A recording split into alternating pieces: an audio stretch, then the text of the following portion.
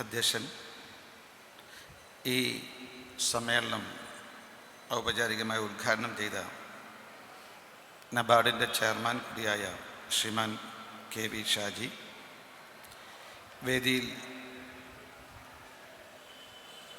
ഈ സമ്മേളനത്തിൽ മുഖ്യപ്രഭാഷണം നടത്തിയ സാംസ്കാരിക വകുപ്പിൻ്റെ director doctor Divya S. Iyer IAS, വേദിയിൽ ഉപവിഷ്ടരായിട്ടുള്ള പ്രമുഖ വ്യക്തിത്വങ്ങളായ Shri professor PL Dharma, doctor P. Padmakumar, Shri KP Suresh, അതേപോലെ ആറളം ഫാമിൻ്റെ director administrator Shri KP Nitish Kumar, Shri VK Muraleedharan, Shri Kerala കോൺഗ്രസിൻ്റെ coordinator Shri Appu John Joseph, advocate Subith S. Das, അതേപോലെ തന്നെ ഈ വേദിയിൽ ഉപവിഷ്ടരായിട്ടുള്ള മറ്റ് വ്യക്തിത്വങ്ങളെ, ഇവിടെ സന്നിഹിതരായിട്ടുള്ള ഭക്തജനങ്ങളെ, സഹോദരി സഹോദരന്മാരെ, അമ്മമാരെ, മാധ്യമപ്രവർത്തകരെ, നമസ്കാരം. ലോകത്തിന് മുഴുവൻ വെളിച്ചം നൽകിയ അവതാര പുരുഷനായ മഹാഗുരുവിൻ്റെ തൃപ്പാദങ്ങളിൽ ഞാൻ ആദ്യമേ സാഷ്ടാംഗം പ്രണമിക്കുകയാണ്. ശിവഗിരി തീർത്ഥാടനത്തിൻ്റെ 93-ാം വർഷത്തിലേക്ക് കടക്കുകയാണ്. ഈ അവസരത്തിൽ നാം ഓർക്കേണ്ടത്, ഗുരുദേവ ദർശനത്തിന് കേരളത്തിലും ഭാരതത്തിലും മാത്രമല്ല ആഗോളതലത്തിൽ സ്വീകാര്യത ലഭിച്ചുകൊണ്ടിരിക്കുന്ന ഒരു സവിശേഷമായ സാഹചര്യത്തിലാണ് ശിവഗിരി തീർത്ഥാടനത്തിൻ്റെ 93-ാം വർഷം എത്തി നിൽക്കുന്നത്. 5 പേരിൽ ആരംഭിച്ച ശിവഗിരി തീർത്ഥാടനമാണ് ഇന്ന് ലക്ഷക്കണക്കിന് ഭക്തജനങ്ങളുടെ പ്രവാഹമായി മാറിയിട്ടുള്ളത്. ഇത് ഗുരുദേവ ദർശനത്തിൻ്റെ സ്വീകാര്യതയുടെ ഏറ്റവും പ്രധാന ഉദാഹരണമായി നമുക്ക് കാണാൻ സാധിക്കും.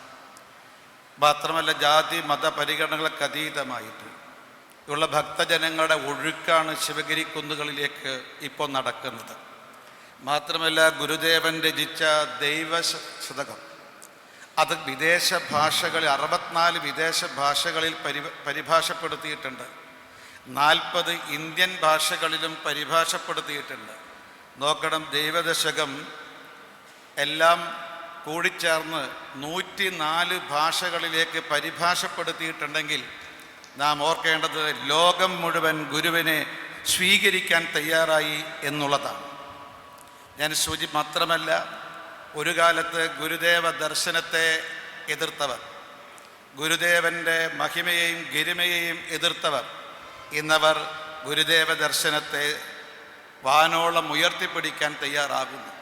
ഞാൻ ഓർക്കുന്നു, 1988 ഗുരു നടത്തിയിട്ടുള്ള ലോകത്തിന് മാതൃകയായിട്ടുള്ളൊരു നിശബ്ദ വിപ്ലവമുണ്ട്. 1888, അതായത് അരുവിപ്പുറത്തെ പ്രതിഷ്ഠ.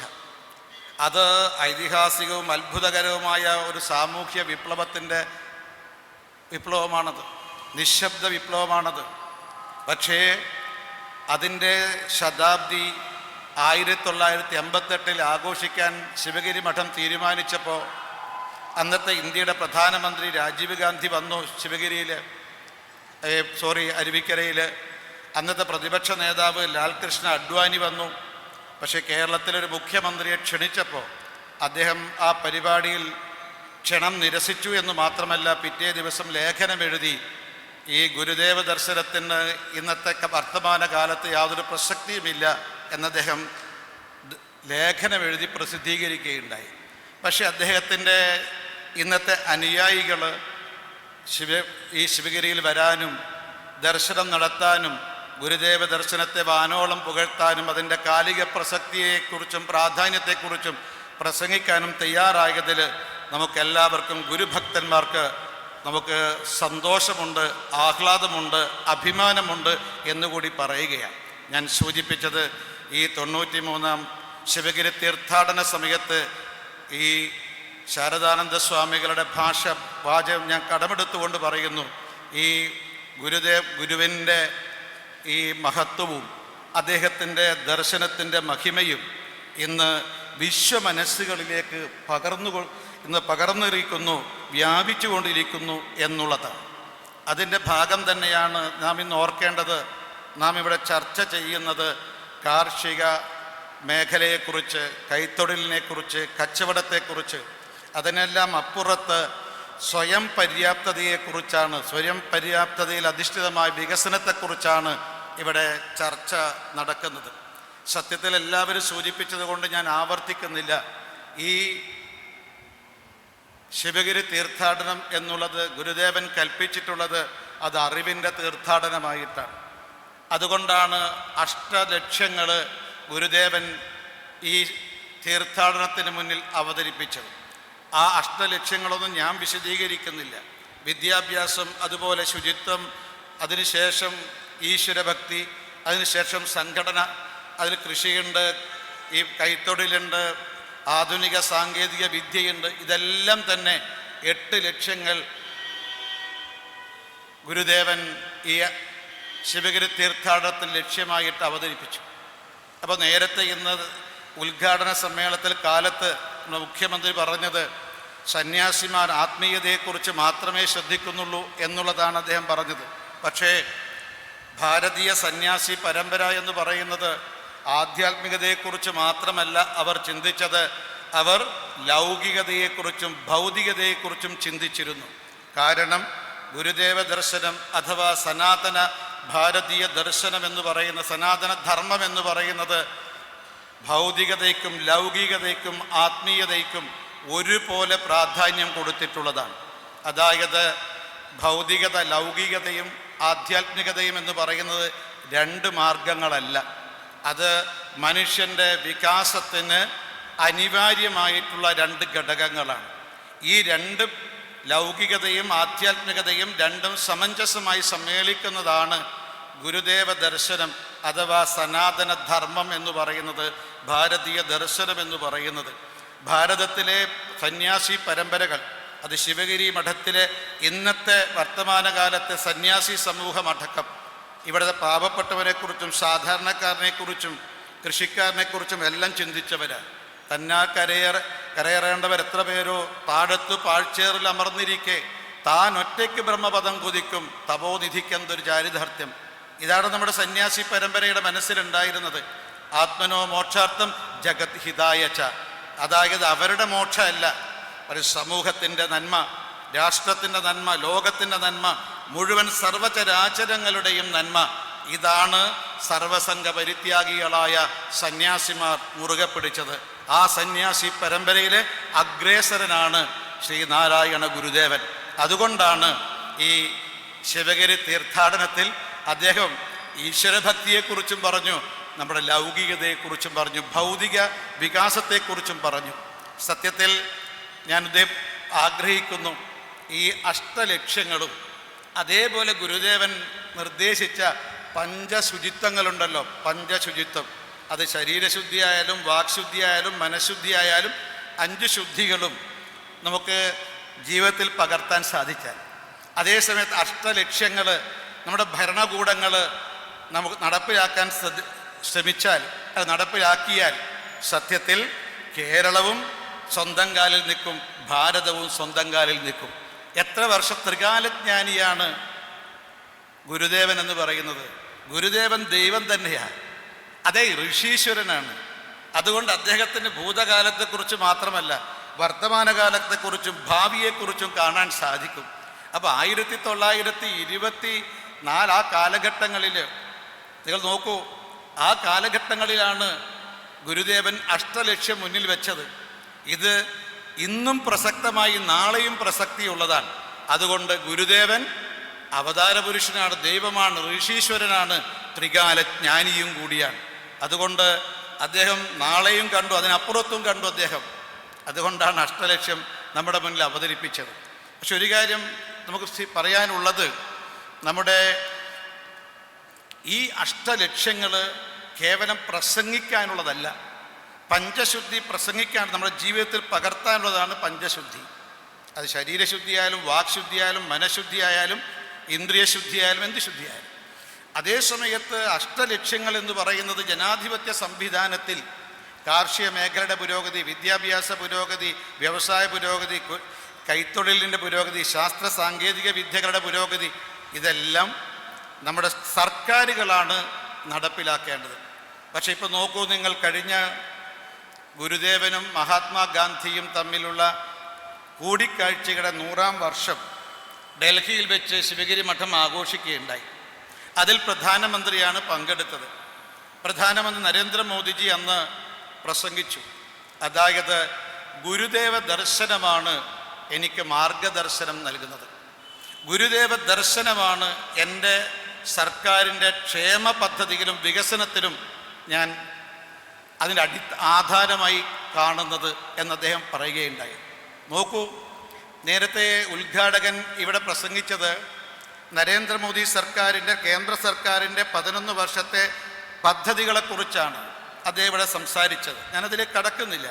പക്ഷെ അദ്ദേഹം പറഞ്ഞു, നോക്കൂ നിങ്ങൾ, ഈ അഷ്ടലക്ഷ്യം എന്ന് പറയുന്നത് കേരളത്തിന് മാത്രം ബാധകമല്ല, അത് ഭാരതത്തിനും ലോകത്തിനും ബാധക. ഈ അഷ്ടലക്ഷ്യം സാക്ഷാത്കരിക്കുകയാണെങ്കിൽ വികസിത ഭാരതമുണ്ടാകും, വികസിത കേരളവും ഉണ്ടാകും. അത് ആത്മനിർഭരൻ ഭാരതമായിരിക്കും, ആത്മനിർഭരൻ കേരളമായിരിക്കും. പക്ഷേ അതുകൊണ്ട് പ്രധാനമന്ത്രി പറഞ്ഞു, എന്താ, ഞാനത് നടപ്പിലാക്കുന്നു, 11 വർഷമായി ഞാൻ നടപ്പിലാക്കുന്നു. അതുകൊണ്ടാണ് വിദ്യാഭ്യാസ രംഗത്തെ പുരോഗതി.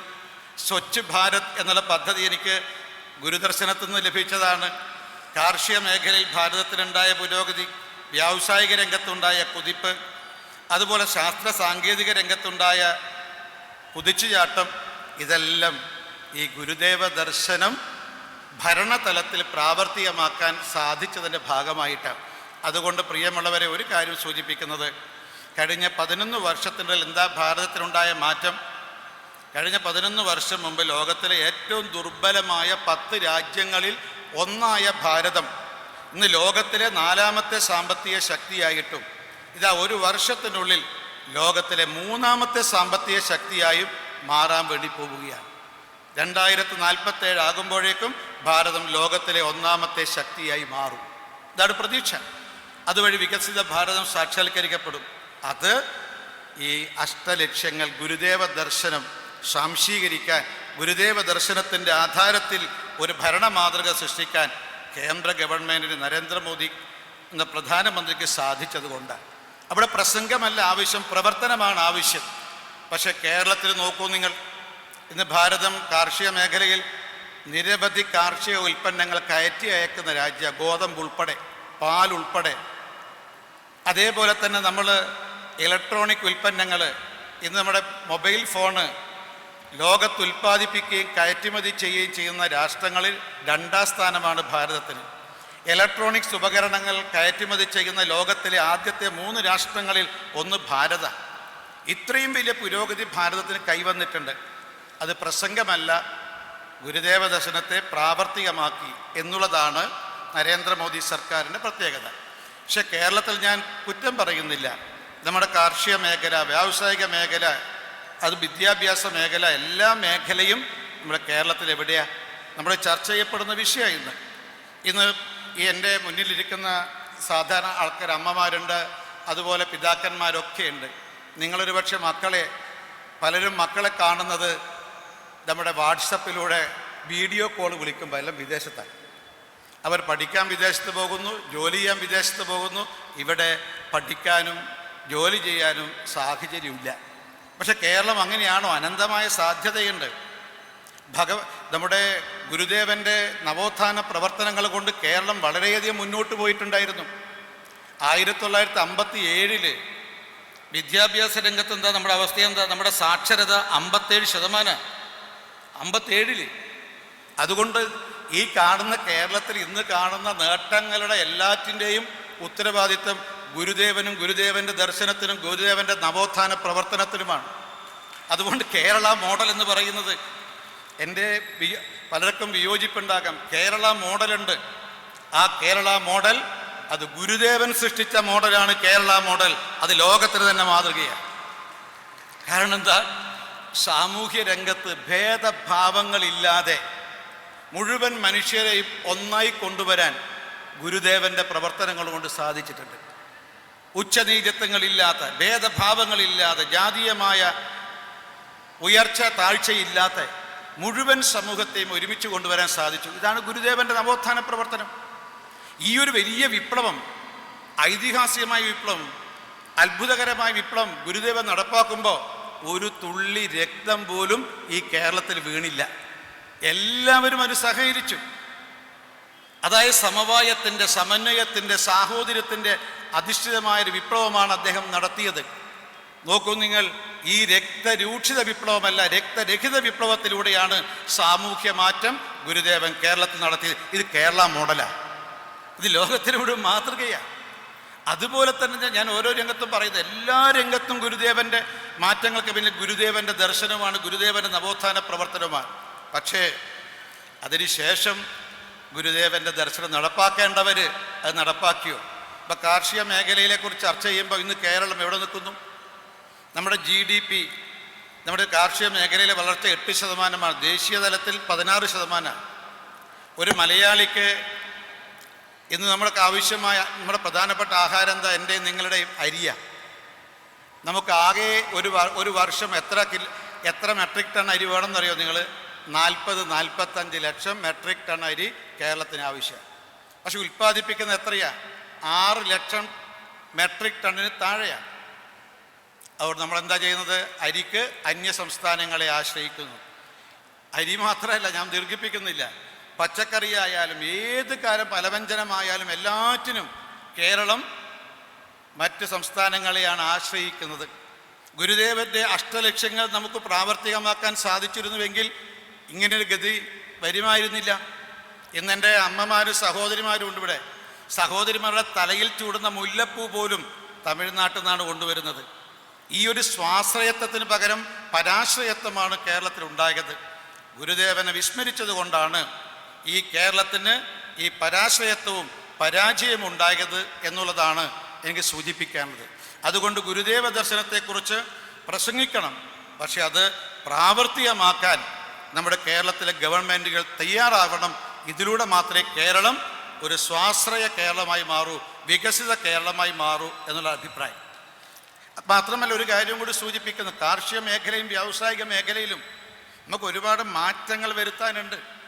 കാർഷിക മേഖലയെ നിലനിർത്തിക്കൊണ്ട് എങ്ങനെ വ്യാവസായിക മേഖലയെ പുരോഗമിക്കാൻ സാധിക്കും? ഒരു കാര്യം കേരളത്തിൽ ആവശ്യമായിട്ടുള്ളത്, കാർഷിക ഉൽപ്പന്നങ്ങൾ അസംസ്കൃത വസ്തുവായി കൊണ്ടുള്ള വ്യവസായം കേരളത്തിലുണ്ടാകണം. കൃഷിയെയും വ്യവസായത്തെയും സംയോജിപ്പിക്കണം. അതിനാവശ്യമായ പദ്ധതികൾ വേണം. അതിനു വേണ്ടിയിട്ട് നമ്മുടെ സഹകരണം, ആവശ്യമായ പണം, ഈ സംരംഭങ്ങൾക്ക് നേതൃത്വം കൊടുക്കുന്ന ആളുകൾക്ക് പണം നൽകാൻ ഗവൺമെൻറ് തയ്യാറാകണം. നമ്മുടെ സഹകരണ മേഖല അതിനുവേണ്ടി വിനിയോഗിക്കണം. ഈ തരത്തിൽ ഒരു സമഗ്രമായിട്ടുള്ളൊരു പൊളിച്ചെഴുത്ത് ഈ കേരളത്തിൽ ആവശ്യമാണ്. അതിൻ്റെ അടിസ്ഥാനത്തിൽ മാത്രമേ കൃഷിയും വ്യവസായവും പുരോഗമിക്കുകയുള്ളൂ. നമ്മളെ കൈത്തൊഴിൽ എന്ന് പറയുന്ന, ഒരു കാലത്ത് നമ്മൾ സമ്പന്നമായിരുന്നു കേരളത്തിൻ്റെ കൈത്തൊഴിൽ. അത് ചകിരിയായാലും കശുവണ്ടി ആയാലും പരമ്പരാഗത വ്യവസായങ്ങളൊക്കെ സമ്പന്നമായിരുന്നു കേരളത്തിൽ. ഞാൻ കഴിഞ്ഞ ദിവസം കൊല്ലത്ത് പോയപ്പോൾ അവിടെ ഒരു സെമിനാറിൽ പങ്കെടുത്തപ്പോൾ പണ്ട് 450 യൂണിറ്റ് കശുവണ്ടി ഫാക്ടറികളുടെ യൂണിറ്റ് ഉണ്ടായിരുന്നു കശുവണ്ടി ഫാക്ടറിയിൽ, കശുവണ്ടി മേഖലയിൽ.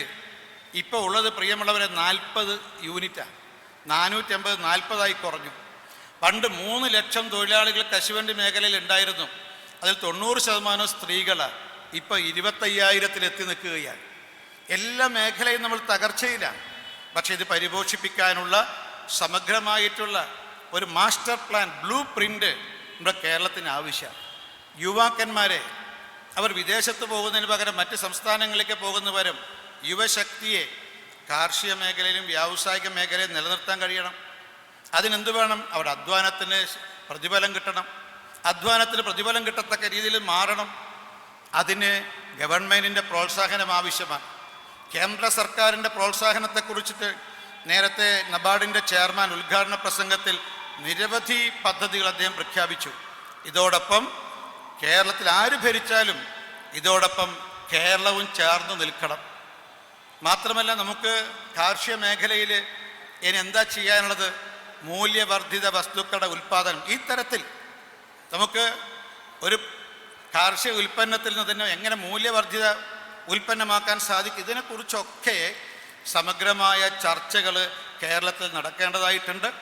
തീർച്ചയായും ഞങ്ങൾ ഉറപ്പ് നൽകുന്നു, ഈ ഗുരുദേവ ദർശനം അഥവാ ഗുരുദേവൻ ഈ ശിവഗിരി തീർത്ഥാടനത്തിൽ അവതരിപ്പിച്ച അഷ്ടലക്ഷ്യങ്ങളിൽ അധിഷ്ഠിതമായിട്ടുള്ള ഒരു ഭരണക്രമം ഈ കേരളത്തിൽ എന്നാണോ നിലവിൽ വരുന്നത് അന്ന് മാത്രമേ കേരളം സ്വാശ്രയ കേരളമായി മാറൂ, സ്വാശ്രയ കേരളമായി മാറൂ. അതിനുള്ളൊരു ഭരണം നമ്മൾ ഉണ്ടാക്കിയെടുക്കാൻ പരിശ്രമിക്കേണ്ടതായിട്ടുണ്ട്. ഏതായാലും നമ്മുടെ ഇത്തരം സമ്മേളനങ്ങൾ അത്തരം ചർച്ചക്കുള്ള വേദിയായിട്ട് മാറും എന്നുള്ളതാണ്. നമ്മെ സംബന്ധിച്ച് ഈ കേവലം ഭൗതിക പുരോഗതി ഉണ്ടാകണം, ലൗകിക പുരോഗതി ഉണ്ടാകണം, അതോടൊപ്പം ആത്മീയതയും ഉണ്ടാകണം. ഭഗവാൻ ഗുരുദേവൻ പറഞ്ഞതാണ്, ആത്മീയതയിൽ ഊന്നി നിന്നുകൊണ്ടുള്ള ഭൗതിക പുരോഗതിയിലൂടെ, ലൗകിക പുരോഗതിയിലൂടെയാണ് മനുഷ്യൻ്റെ വികാസമുണ്ടാകേണ്ടത്. ആധ്യാത്മികതയുടെ അകമ്പടിയില്ലാതെ ഭൗതികതയുടെ പുരോഗതി മാത്രമാണ് ഉണ്ടാകുന്നതെങ്കിൽ മനുഷ്യൻ, മാനവൻ ദാനവനായിട്ട് മാറും. എന്താ ദാനവൻ എന്ന് പറഞ്ഞാൽ? അസുരൻ. നമ്മൾ കാണുന്നില്ല ഇന്ന് സമൂഹത്തിൽ നമ്മുടെ പുതിയ തലമുറ മദ്യത്തിൻ്റെ, മയക്കുമരുന്നിൻ്റെ അടിമകളായി മാറുന്നു. അച്ഛനെ, അമ്മയെ, കുടുംബാംഗങ്ങളെ തിരസ്കരിക്കുന്നു, അവർക്ക് ശാപമായി മാറുന്നു. അതിന് പകരം നല്ല വ്യക്തിത്വമുള്ള പുതിയ തലമുറ വളർന്നു വരണമെങ്കിൽ ഭൗതിക ലൗകിക പുരോഗതിക്ക് ഒപ്പം തന്നെ ആധ്യാത്മിക പുരോഗതിയും നമുക്ക് കൈവരിക്കണം. അതുകൊണ്ട് എൻ്റെ അമ്മമാരോട്, സഹോദരിമാരോട്, പ്രത്യേകിച്ചും അമ്മമാരോടും സഹോദരിമാരോടും പറയുന്നത്, ഗുരുദേവൻ്റെ ദർശനം, ഗുരുദേവൻ്റെ കൃതികൾ, ഗുരുദേവനെക്കുറിച്ച്, അവരുടെ ജീവിതത്തെക്കുറിച്ച് പുതിയ തലമുറയെ നമ്മൾ പഠിപ്പിക്കാൻ തയ്യാറാകണം. അങ്ങനെ പഠിപ്പിച്ചാൽ മാത്രമേ നമ്മുടെ വരുന്ന തലമുറ നമ്മൾ ആഗ്രഹിക്കുന്ന രീതിയിൽ അവർ മുന്നോട്ട് പോവുകയുള്ളൂ. അതുകൊണ്ട് ഞാൻ സൂചിപ്പിക്കുന്നത്, ഇന്ന് നമ്മുടെ സമൂഹം നേരിടുന്ന എല്ലാ പ്രതിസന്ധികൾക്കും പ്രതിബന്ധങ്ങൾക്കും ഒറ്റമൂലി എന്ന് പറയുന്നത് അത് ഭാരതീയ ദർശനമാണ്, ഗുരുദേവ ദർശനമാണ്, സനാതന ധർമ്മമാണ്. ഇതിൽ അധിഷ്ഠിതമായിട്ടുള്ള ഭരണകൂടവും ഭരണക്രമങ്ങളും ജീവിതശൈലികളും നമുക്ക് വളർത്തിയെടുക്കാൻ സാധിക്കണം. അതിന് ഗുരുദേവൻ്റെ രൂപകൽപ്പന ചെയ്തിട്ടുള്ള ഇതുപോലെ തീർത്ഥാടനങ്ങൾ, നമ്മളതിൻ്റെ ചർച്ചകൾ അതിന് പ്രയോജനകരമാകട്ടെ. ഒരു പുതിയ കേരളം, വികസിത കേരളം പടുത്തുയർത്താൻ അതിന് കഴിയുമാറാകട്ടെ എന്ന് പ്രാർത്ഥിച്ചുകൊണ്ട് ഈ തീർത്ഥാടന സമ്മേളനത്തിന് എല്ലാവിധ ആശംസകളും നേർന്നുകൊണ്ട് എൻ്റെ ഈ പ്രസംഗം ശ്രവിച്ച എൻ്റെ അമ്മമാർക്കും സഹോദരിമാർക്കും സഹോദരന്മാർക്കും സഹപ്രവർത്തകന്മാർക്കും എല്ലാവർക്കും കൃതജ്ഞത രേഖപ്പെടുത്തിക്കൊണ്ട് ഞാൻ നിർത്തുന്നു. നിങ്ങൾക്ക് നമസ്കാരം.